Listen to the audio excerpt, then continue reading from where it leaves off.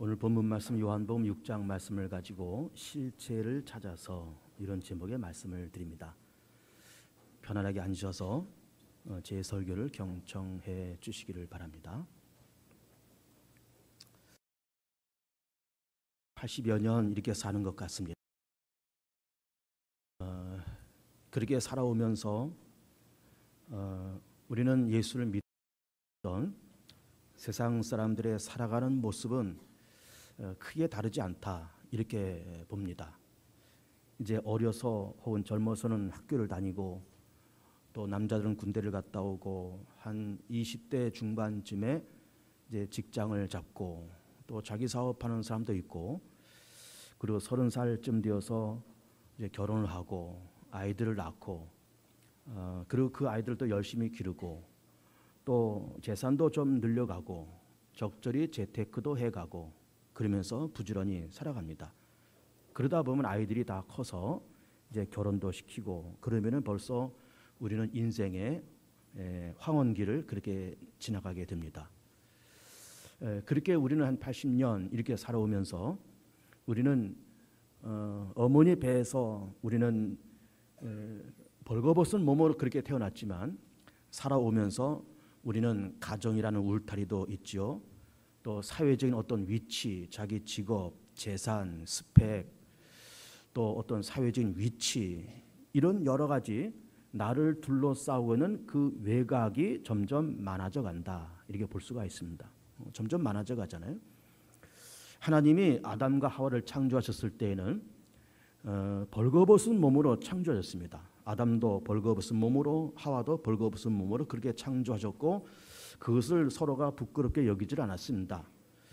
그러면서 아담과 하와가 죄짓고 그러면서 하나님께서 가죽 옷으로 그들에게 입히시고 그러면서 이들의 삶에 벌거벗은 아담과 하와가 이제 그들을 둘러싸고 있는 어떤 외곽과 어떤 이런 그런 어떤 담이라 그럴지 어떤 울타리가 될지 또 그를 싸고 있는 어떤 그 겉모습이 점점 두터워지고 많아져 간다 이렇게 볼 수가 있습니다. 그렇잖아요. 우리도 어떻게 보면은 과거 한 3, 40년 전만 해도 우리가 결혼을 하면은 부부가 어디서 살았는가 하면은 방 하나 부엌 하나 있는 그런 집에서 다 살았습니다. 연탄 떼고 재래식 화장실 그리고 또 운물물 길어서 혹은 수돗물도 공동 수도가 있어서 같이 받아서 먹는 이제 그런 집에서 대부분 그렇게 살았습니다. 그래서 부엌을 통해서 방으로 들어가는 그런 집에서 대부분 그렇게 살았습니다. 그러다가 하나님의 은혜와 축복 속에 이제 조금씩 넓은 집으로 가게 되고 지금은 이제 대부분 아파트나 혹은 빌라나 이런 데서 대부분 우리 성도들이 그렇게 삽니다. 우리는 처음에 출발할 때는 아주 작고 왜소하게 그렇게 시작하고 출발했지만은 우리를 둘러싸고 있는 그런 외곽이 점점 두꺼워지고 많아져 간다. 그런 얘기예요. 뭐 그것이 절대로 나쁜 것은 아닙니다. 또 당연히 그렇게 돼야 됩니다. 또 어떤 개인만 놓고 봐도 그렇지만 어떤 공동체, 사회라는 공동체를 놓고 봐도 인류는 그동안 이렇게 세상에서 살 때 처음에는 수렵 생활을 했지 않았겠습니까? 이렇게 먹을 것을 찾으러 돌아다니고 채집하고 수렵하고 사냥하고 그러면서 살다가 이제 정착하면서 농사를 짓고 그러면서 점차 이제 인류 문명이라는 것이 점점 생기잖아요. 이제 석기 시대에서 이제 청동기 시대에서 철기 시대로 점점 발전되어 가고 그러면서 이제는 자동차, 아파트, 컴퓨터, 스마트폰 이런 인류를 둘러싸는 어떤 외곽과 문화가 점점 그렇게 생기게 되었습니다. 집집마다 이제 자동차들이 다 한 대씩은 다 있잖아요. 기본적으로 한 대씩 있고 웬만하면 2대도 있고 석대도 있고 다 그런 사회 속에서 우리는 다 그렇게 살아가고 있습니다. 그러면서 한 사람도 그렇게 살아가면서 점점 외곽과 어떤 껍데기가 점점 두꺼워져 가고 인류라는 이런 사회도 이렇게 문화와 문명을 이렇게 쌓아가면서 외곽과 껍데기가 점점 많아져 간다 이렇게 볼 수가 있습니다. 이게 문명이라는 말을 하고 문화라는 말도 하지만은 문명은 이제 눈에 보이는 것이 문명입니다. 문화라고 하는 것은 눈에 보이지 않는 것을 문화라고 그렇게 얘기를 해요. 예를 들면 자동차, 뭐 소나타 승용차, 뭐 K5 승용차 그 차 자체는 문명이에요. 문명이고 자동차 문화라는 것이 있지 않습니까? 신호를 지킨다, 서로 양보한다, 그리고 서로 예의를 지킨다. 이거는 문화인 겁니다. 그러니까 자동차도 있고 자동차라는 문명도 있고 또 자동차 문화도 있고 다 그렇게 있는 겁니다. 그러면서 우리 인류 사회는 그런 문명과 문화를 만들면서 그런 문명과 문화를 만들고 또 그것을 누리면서 우리는 그렇게 다 살아갑니다. 뭐 잘난 사람도 있고 조금 좀 덜 잘난 사람도 있고 똑똑한 사람도 있고 좀 덜 똑똑한 사람도 있고 재산이 많은 사람도 있고 좀 덜 있는 사람도 있고 우리는 각양각색의 사람들이 모여서 그렇게 섞여서 살고 그러면서 문화와 문명을 만들고 그러면서 개개인마다 한 사회마다 어떤 외곽과 껍데기를 만들고 그 성 안에서 우리는 다 그렇게 살아가고 있는 겁니다. 왜 이런 말씀을 드리는가 하면은 오늘 설교의 제목의 실체를 찾아서 그런 말입니다. 실체를 찾아서 한 개인도 점점 외곽이 점점 두꺼워져 간다. 한 사회도 인류 공동체도 그 외곽이 두꺼워져 간다. 문명과 문화라는 외곽이 점점 두꺼워져 간다. 그러면 두꺼워져 간다는 그 자체가 나쁜 것도 아니고 자연스러운 현상이고 그게 죄가 아니지만 그 모든 외곽을 깨고 벗겨내고 또 벗겨내면은 그 안에 과연 무엇이 들어있을까라는 생각을 해보는 거예요. 그 안에 실체는 과연 뭐냐 이게. 외곽을 다 벗어 던지고 문화라고 하는 것도 문명이라고 하는 것도 자기의 스펙이나 자기의 재산이나 그 사람의 어떤 겉모습이나 이런 걸 다 내려놓고 벗기고 들어가고 벗기고 해서 딱 들어가서 그것이 한 인간이 되었던 한 공동체가 되었던 마지막에 남아있는 그것은 과연 뭐냐 이거예요. 과연 그것은 뭐냐 이거예요. 그것을 우리는 실체라고 그렇게 말하고 있고 마지막 남아있는 그것이 뭔가 하면 바로 생명입니다. 생명. 자, 그런데 우리는 그런 외곽이 있다, 어떤 껍데기가 있다. 그럼 그 외곽과 껍데기가 나쁜 것은 아니다. 자연스럽게 있을 수밖에 없는 현상이다. 그런데 그것을 뚫고 나가면 무엇이 있느냐? 이런 걸 지금 얘기를 하고 있는 겁니다. 여러분 그 어려서 눈사람을 만들어 본 경험이 있습니까? 저는 눈사람 만들어 본 경험이 있습니다. 어려서. 눈사람을 만들 때 눈덩어리를 일단 만들어야 됐잖아요. 눈덩어리 큰 것이 이제 몸통이 되고 작은 것은 머리가 되잖아요. 그러면 이 큰 몸통을 만들 때 이만한 그 눈덩어리를 만들 때 처음에 눈사람 만들 때 어떻게 하는가 하면은 저는 이렇게 만들었습니다. 일단은 눈을 뭉쳐서 주먹만한 눈을 일단 뭉칩니다. 이거 단단하게 일단 뭉쳐요. 그리고 뭉친 이 눈을 눈밭에 슬슬 굴립니다. 이리 굴리고 저리 굴리고. 그럼 이게 눈덩어리가 점점 커지잖아요. 그래서 이만하게 됩니다. 그럼 이거를 몸통으로 놓고 그다음에 또 하나 뭉쳐서 이걸 또 굴리고 그럼 또 이것도 이만하게 돼서 그걸 또 머리로 올리고 그래서 거기다가 수검댕이로 눈썹도 붙이고 눈도 붙이고 코도 만들고 입도 만들고 솔가지 같은 것도 꽂아놓고 태극기도 꽂아놓고 그렇게 했습니다. 그러면서 눈사람을 만들었습니다.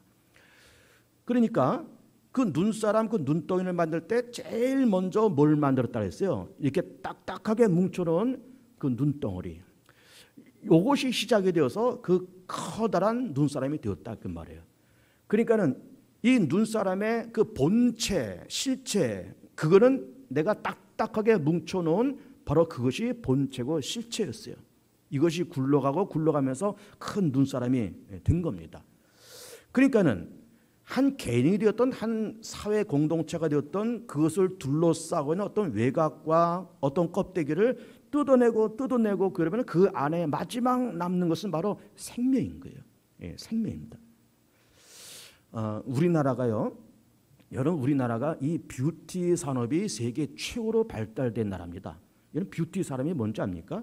우리나라 화장품 지금 세계 최고입니다. 화장품이. 그래서 중국에서 관광객들이 막 이 서울 바닥에 휘젓고 다니고 제주도에 와서 휘젓고 다니고 중국에서 온 관광객들 요커라지 요커. 한문으로 여객. 그것을 이제 중국어로 요커 그래가지고 중국에서 온 사람들 막 제주도 서울 휩쓸고 다니면서 막 화장품을 싹쓸이를 해갑니다. 왜 그런가 하면 우리 대한민국 화장품이 세계에서 최고예요. 과거에 한 20-30년 전만 해도 화장품 그러면은 프랑스제 그래가지고 매 여행 간 사람들이 프랑스제 구리무 하나 사가지고 오면은 이게 막 자랑거리고 이거 하나 선물하면 막 좋아하고 다 그랬잖아요. 지금 메이드 인 코리아가 최고입니다. 지금. 그리고 화장품만 그렇게 잘 만드는 것이 아니라 화장 기술도 지금 세계 최고입니다. 이게 다 뷰티 산업이에요. 그리고 성형외과 기술 세계 최고입니다. 그래서 지금 세계에서 특히 중국에서 성형하러 한국에 오는 사람들이 대단히 많습니다. 세계 최고예요. 이런 뷰티 산업이 세계 최고입니다. 여러분 우리 이제 텔레비전으로 그 탤런트들 나와서 이렇게 드라마에서 연기하는 걸 보세요. 그리고 그들의 탤런트들의 얼굴을 가만히 보세요. 아주 잡티 하나 없이 솜털 하나 없이 깨끗하게 하고서는 이 드라마에 출연을 하는 거예요. 아니, 그러면서 그 화장이 아주 자연스럽고 또 그렇게 뭐 티가 나질 않잖아요. 아주 자연스럽고 정말 잡티 하나 없이 다 그렇게 사실은 거기 뭐 죽은 깨, 뭐 기미, 거기 무슨 땀구멍, 뭐 거기다 사마귀 난 거, 뭐 여드름 자국 난 거 그런 거 두덕두덕 있을 텐데 깨끗하게 만들어가지고 요즘 또 텔레비전이 화면이 얼마나 좋습니까? HD 화면 다 HD 화면 또 최근에는 UHD, 울트라, 초고화질 TV가 나와가지고 이제 뭐 탤런트들이 화장 안 하면은 나올 수가 없는 거 이제 뭐 잡티가 다 보이니까 UHD 화면이 돼가지고 잡티 뭐 솜돌 다 잡아내니까는 이걸 다 커버하려고 이거 화장 기술이 기가 막힌 겁니다. 이게 우리 대한민국이 최고예요. 이 뷰티 산업이 최고입니다. 그래서 참 뭐 그렇게 되는 것도 나쁜 것은 아니에요. 다 좋은 현상입니다.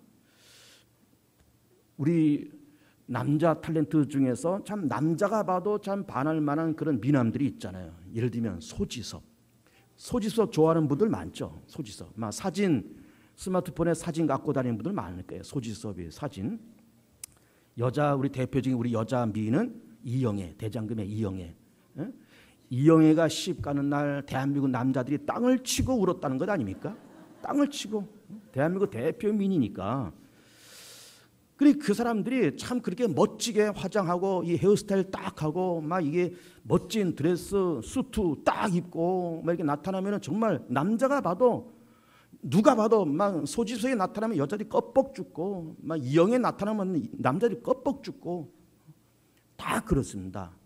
그런데 그런 사람들 물론 잘난 사람들이고 잘난 여자고 잘난 남자지만은 다 벗겨내고 화장빨 다 빼고 다 뜯어내면은 우리랑 별로 다르지 않습니다.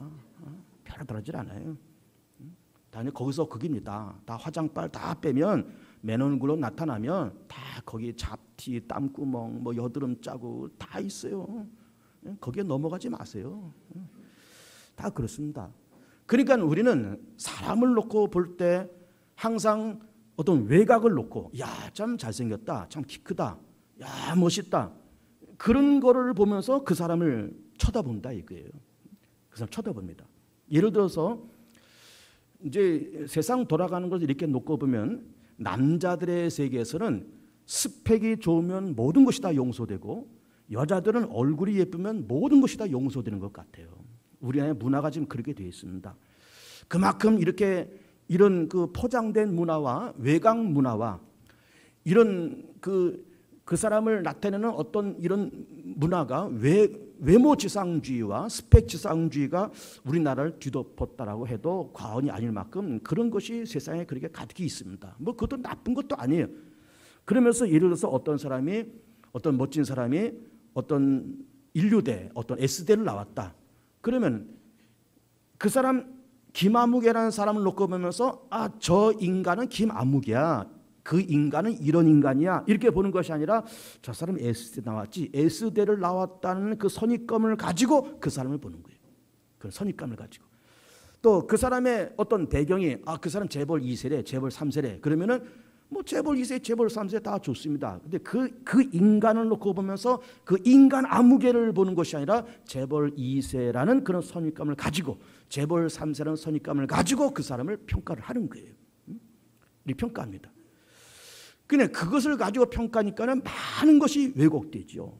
정말 실제를 보는 것이 아니라 그런 어떤 이렇게 착시 현상도 생기고 프리즘을 통해서 빛이 왜곡되듯이 우리는 착시 현상을 가지고 사론을 바라보고 착시 현상을 가지고 세상을 그렇게 보게 되어 있습니다. 그러니까 우리는 내가 지금 드리고 싶은 말씀은 뭔가 하면 실체를 찾아서라는 말을 하면서 우리가 무슨 뭐 이렇게 잘생겼다, 뭐 화장빨이 어떻다, 재산이 어떻다, 뭐 어느 집의 재벌의 2세다, 3세다 그런 것이 절대로 나쁜 것은 아니라 했습니다. 기왕이면 부잣집 아들이 태어나면 좋은 거죠. 그것이 나쁜 것은 아니지만 그 인간을 놓고 보면서 그 사회를 놓고 보면서 다 영원하지 못한 것, 다 포장, 위장, 과장, 치장된 것, 그 사람의 스펙, 그 사람의 배경, 그 사람의 모든 것, 학력, 학벌 다 뜯어낼 수 있는 것은 다 뜯어내고 그 중심에 들어가서 마지막 딱 만날 수 있는 것이 뭐냐 이게. 그것은 바로 생명이다 이게. 생명입니다.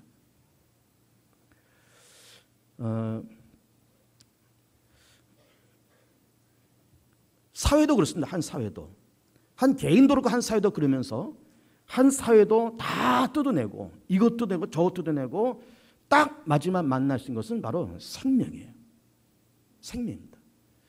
자, 하나님이 세상을 창조하시고 창세기부터 요한계시록까지 쭉 보면서 하나님이 세상을 창조하시고 나서 이 세상에 하나님이 가장 관심 있게 보신 것이 무엇일까? 생명입니다, 여러분. 생명.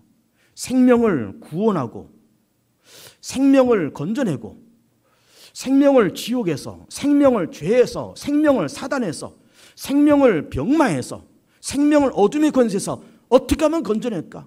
이 생명을 이 생명에게 어떻게 하면 영생을 줄까? 이것이 하나님의 일관된 생각의 일관된 관심입니다. 일관된 관심이에요. 오늘 우리는 본문을 요한복음 6장 말씀을 선택했습니다. 이 요한복음 6장 말씀은 그 유명한 오병이어에 대한 말씀입니다. 오병이어는 우리가 아는 것처럼 물고기 2마리 떡 5개로 5,000명을 먹이고 12바구니에 남았다. 그 얘기예요. 그래서 이 유명한 이야기이기 때문에 사복음서에 다 나옵니다. 마태, 마가, 누가, 요한복음에 이 이야기가 다 나옵니다. 너무 유명한 말씀이기 때문에 이 이야기는 이렇게 됩니다. 자, 예수님께서 이렇게 여러 공생애를 펼쳐나가시면서 병든 자 고치시고 또 죽은 자 살리시고 말씀 사역하시고 그러면서 3년 동안 그릇 해나가시면서 갈릴리 호수변에 이렇게 쓰였습니다. 예수님 주변에는 대부분은 배고프고 갈 곳 없는 그런 허다한 무리들이 그리고 5,000명이 앉아 있습니다. 워낙 그 사회가 로마의 지배를 받고 있으면서 어려운 때이기 때문에 어려운 때고 또 무거운 율법의 멍에를 메고 사는 그런 때이기 때문에 그냥 해가 저물어도 갈 곳이 없고 때가 돼도 먹을 것을 찾기가 어려운 그런 시절에 예수님께서 말씀을 전파하시니까는 뭐 거의 병든 자도 낫고 뭐 죽은 자도 일어나고 뭐 그러니까 예수님의 그 초자연적인 역사와 기적을 보러 또 예수의 말씀을 들으러 사방각지에서 그렇게 5,000명씩 되는 사람들이 몰려들었습니다. 남자 장정만 5,000명. 예수님께서 물고기 2마리 떡 5개로 그들을 먹이 12마리 남았다 이거예요. 이것이 요한복음 6장 전반부에 기록되어 있는 말씀이고 우리가 지금 읽은 이 말씀은 그 이튿날 사건이에요. 오병이어 사건이 일어난 그 이튿날 예수님께서 바다 건너편을 가셨는데 제자들과 그 떡을 먹었던 이 허다한 무리들이 예수님을 또 찾아온 거예요. 이들이 왜 찾아왔을까요? 떡을 또 만들어 달라는 거예요. 떡을 또 만들어 달라. 여러분 그렇지 않습니까? 자, 오병이어 참 신비로운 사건이지만 물고기 2마리 떡 5개로 5,000명이 먹었다. 굉장히 놀라운 사건이지만 떡을 배불리 먹었어요. 물고기 잔뜩 먹었습니다. 뭐 시컷 먹었지 않았겠습니까? 몇 끼씩 굶은 사람들이고 이게 먹을 것이 지천원 널리는데 뭐 잔뜩 먹었을 것 아닙니까? 아무리 잔뜩 먹었어도 한 서너 시간 지나면 다 꺼지는 거예요. 그렇잖아요?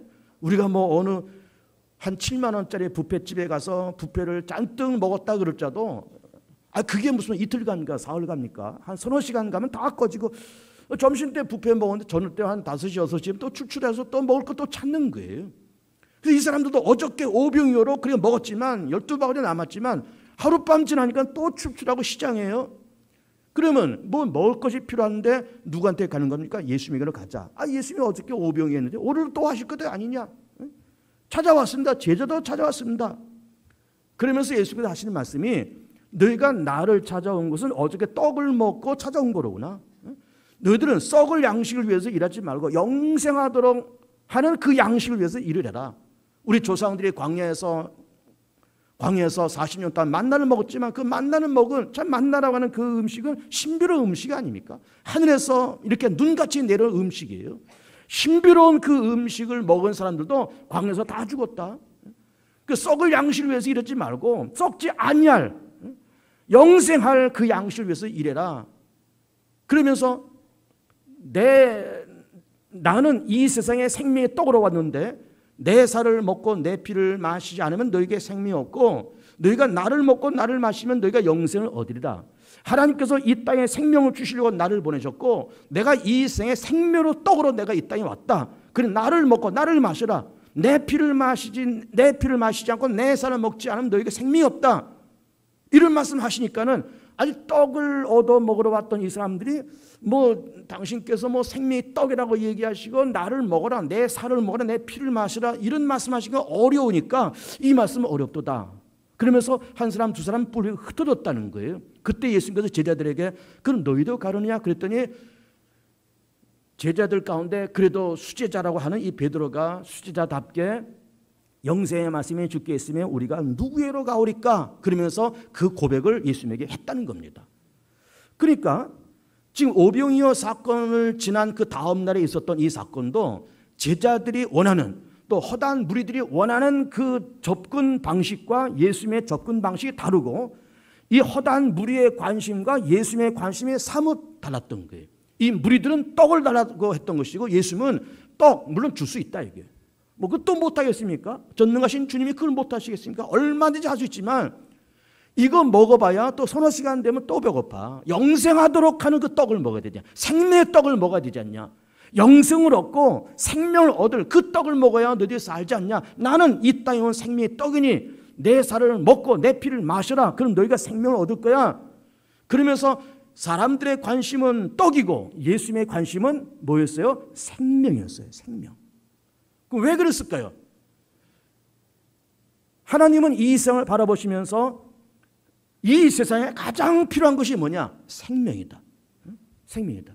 예수님께서 이 땅에 34년을 사시면서 이 세상에 내가 왜 왔느냐? 내가 세상 사람들에게 생명을 주려고. 늘 예수님의 관심은 어떻게 하면 이 죽어야 되는 인생에게 생명을 줄 거냐? 망해가는 이 세상에 생명을 줄 거냐? 어떻게 망해져가는 이 사회, 이 생에 생명을 줄 거냐? 어떻게 그 생명의 힘을 가지고 사단을 물리치고 죽음의 것을 물리치면서 그 생명을 가지고 영생을 얻게 될 거냐? 여기에 예수님의 초미의 관심이 있었던 거예요.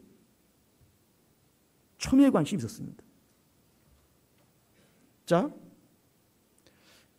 그러니까는 사람들의 관심은 한 끼 떡을 얻어 먹자. 어저께 오병이어 하셨지 않았습니까? 오늘도 좀 해보십시오. 예수님은 그렇다. 너희들이 또 떡을 먹으러 여기 왔지만 나 떡 줄 수 있지만 이거 먹으면 서너 시간 되면 또 배고플 거. 또 그거 먹으면 또 서너 시간 되면 또 배고플 거. 먹고 하루에 3끼 꼬박꼬박 먹고 1년 12달 꼬박꼬박 먹고 일평생 또한 먹고 그래도 너희들은 그 죄로 인해서 너희들은 죽을 걸. 너희들이 지금 여러 가지 외곽이 많지. 그 외곽을 뜯어내고 벗기면은 맨 마지막에 남는 것이 뭔 줄 아냐? 생명이야. 그 생명을 건져야 되지 않냐? 그 생명을 살려야 되지 않냐? 이 말씀을 하시고 있는 겁니다. 이 말씀을 하시고 있는 겁니다.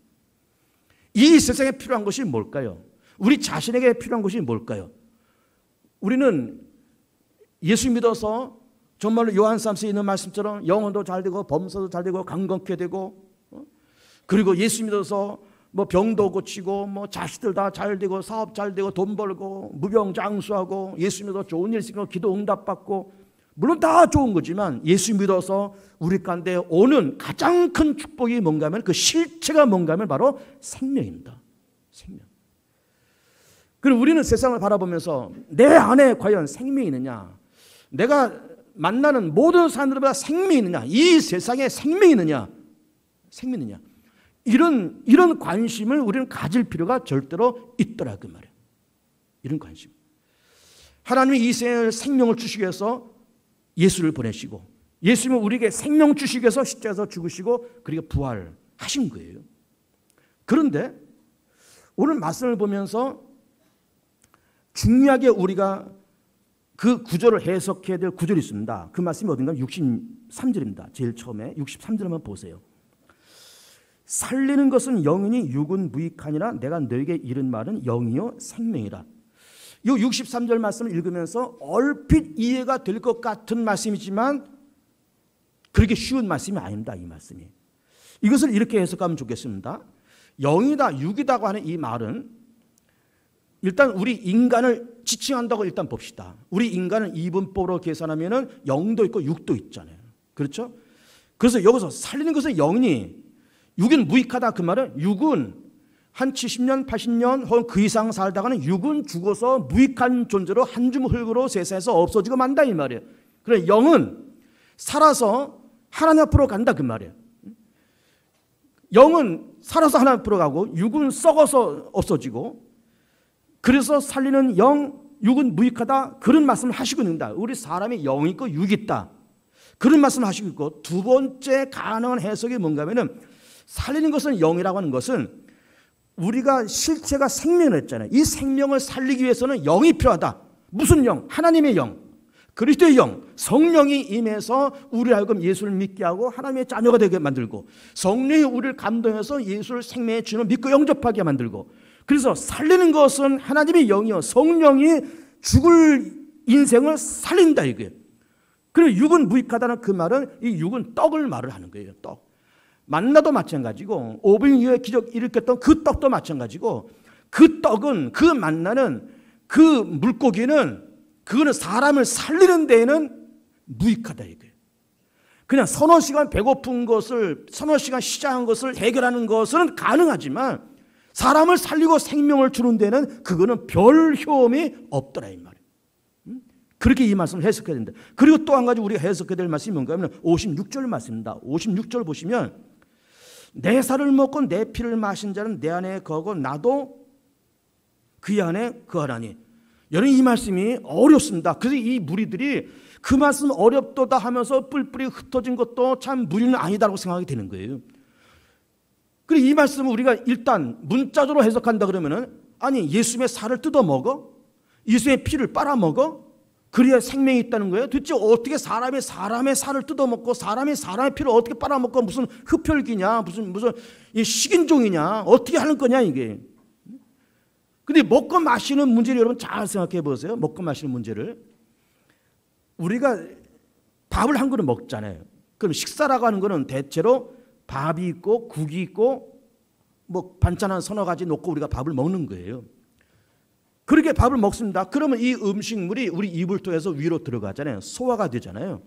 소화된 것이 이제 십이장, 소장, 대장, 직장 거쳐서 배설되는 거잖아요. 그리고 이 음식물이 우리 속에 들어서 소화돼서 위에서 열심히 소화돼서 음식물을 통해서 에너지를 뽑는 거죠. 영양분을 뽑아서 그걸 온몸에 공급하죠. 피를 통해서 온몸에 공급해요. 그러면 공급된 영양분을 가지고 우리가 생활하고 활동을 하는 겁니다.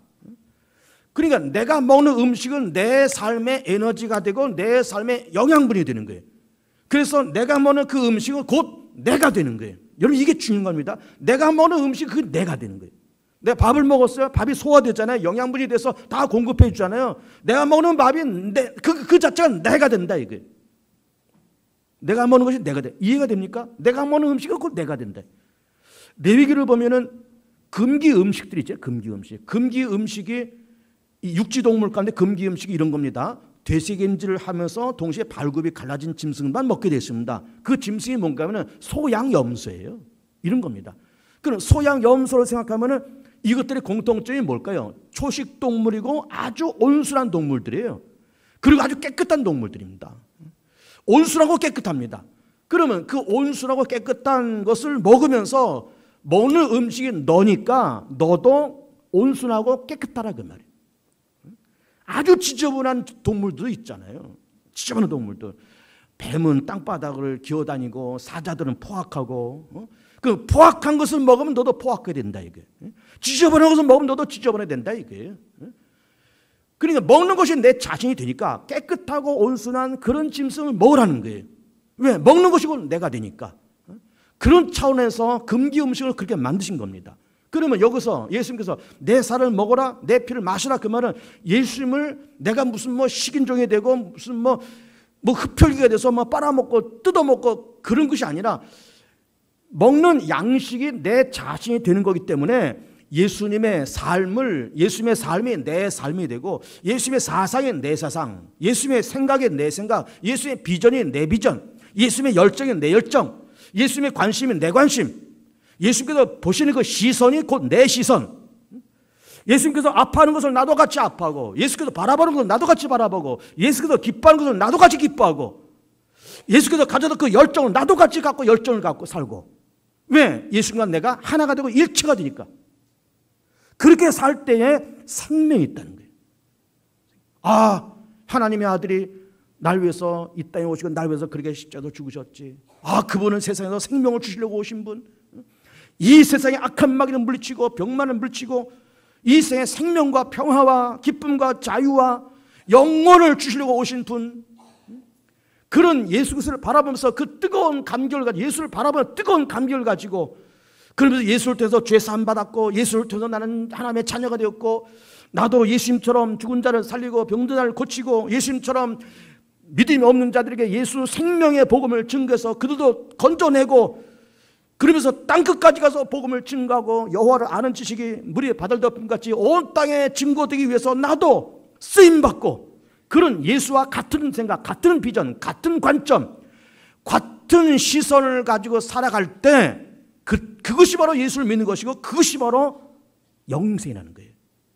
그것이 바로 영생이라는 겁니다. 실체를 찾아서라는 제목으로 말씀을 드리고 있습니다. 다 벗기면은 마지막에 생명이 남는다. 하나님은 그 생명을 살리는 데 관심이 있다. 예수님도 이 땅에 생명을 주시고 이 땅에 오셨다. 왜 십자가 죽으셨는가? 생명 주시려고. 왜 부활하셨는가? 생명 주시려고. 생명 주시려고.